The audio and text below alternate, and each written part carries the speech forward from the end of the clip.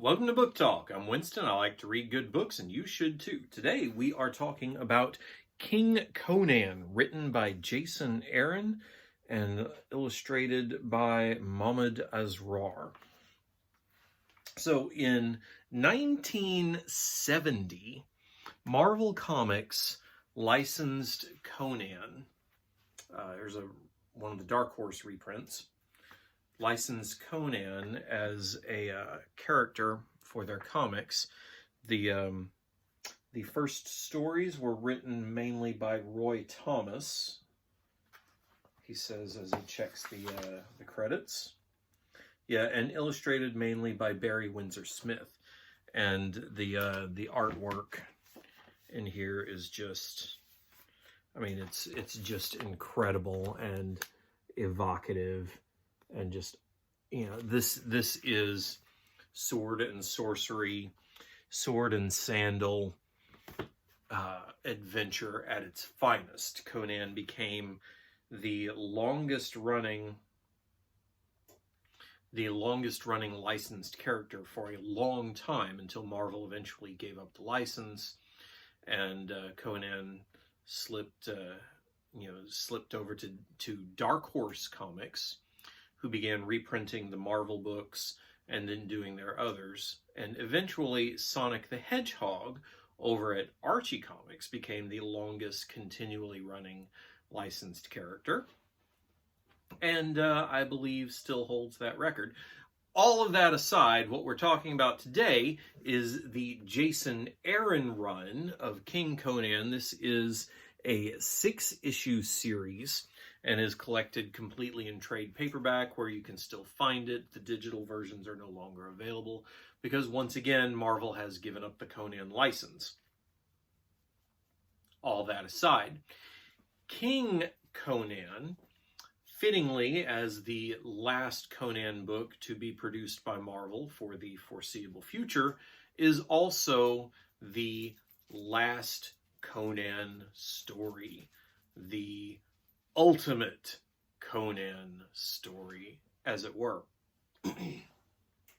And you hear that thrown about, oh, this is the ultimate this, it's the ultimate that.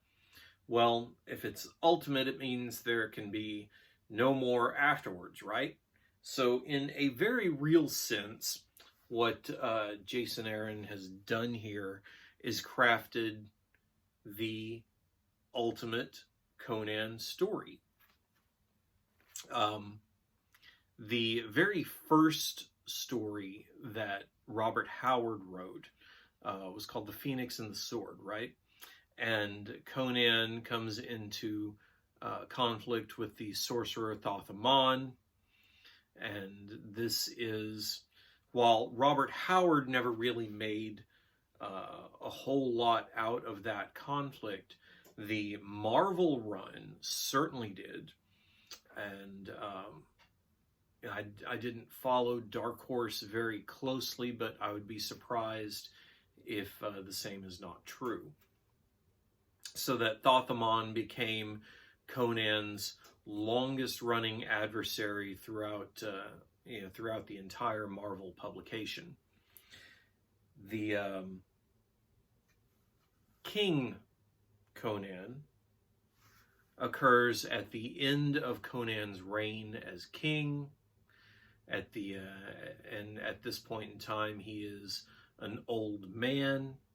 He has lost his wife. Zenobia has passed away, and his son Conan II, is the prince in waiting. You know, he is the heir to the throne. More than anything else, this is a follow-up to the Jason Aaron Conan series, the 12, oh goodness, it ran more than that, but Jason Aaron's run was 12 issues on Conan in 2020 or 2021, maybe 2019, that Marvel did right when they picked up the license, and it introduced Conan and different points throughout his life, very nonlinear storytelling, also the way Robert Howard did it. And we got to see Conan as a new adventurer and Conan as a old man who goes to confront Crom on his mountain at the end of his life. And this this piece isn't Conan's last story, but it is Thoth-Amon's.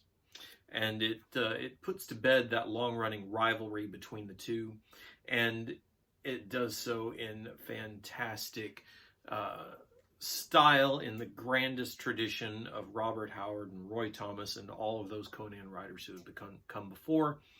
This is not a perfect example of sword and sorcery. There's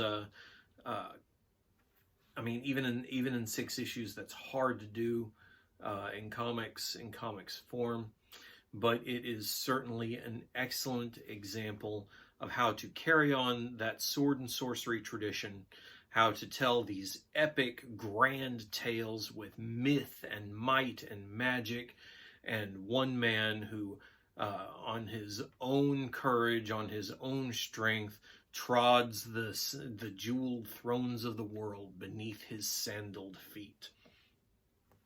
Conan is the ultimate self-made man. I mean, this is the guy. This is the guy who has come from nothing and has conquered the world, but he is never satisfied. And the greatest disservice that Jason Aaron could have done was to say, and then Conan rested and looked around and saw that it was good, and he does not do that.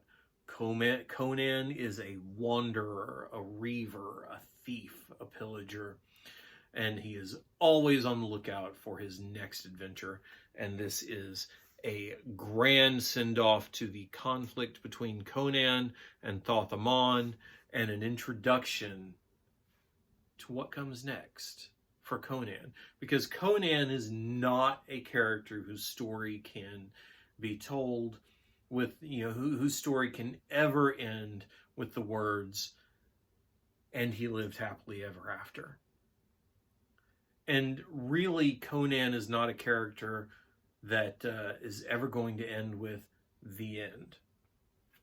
Conan, as this larger-than-life mythic character in the grandest tradition of the greatest ones from that era and beyond, going all the way back into history, and I'm certain extending into the future. This is a character whose story will always end with "to be continued."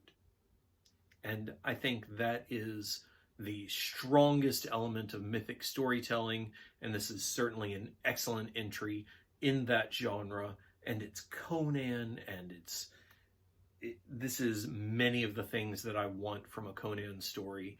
And the battle with Thoth-Amon, the confrontation of an even darker evil, and a glimpse of Conan at home beyond just the sword-wielding reaver that we know and love. Conan with Khan, Conan in his kingdom, Conan being the man who really sets the example for every other man in his kingdom and in the world beyond. It's a great read. I really loved this. I really loved the Roy Thomas run as well. And Conan is right up there with John Carter and Tarzan and all Batman and these great characters that you just know and love. Some of the greatest, most powerful characters of all time, who stand up on their own merit, on their own courage, and say, "This is how it is." We have to stand. Not in some cases we have to stand for right. We have to stand for justice. Conan doesn't really stand for any of these. These are not morality plays. This is just a man who says, "I'm going to stand because that's what it means to be a man." And there's lots of good adventure in these books. and I love them, and I'm wandering on. So we're going to finish this Conan review with the only fitting words, to be continued. You know what your assignment is? Go out, find a good book, read it. Check out StarmanSaga.com for the Starman Saga, and DianeDetzer.com for her Intergalactic League. You can find these and every other book that I help to publish over at CriticalPressMedia.com. And when you've done all of that, come on right back here, because there's more book talk yet to come.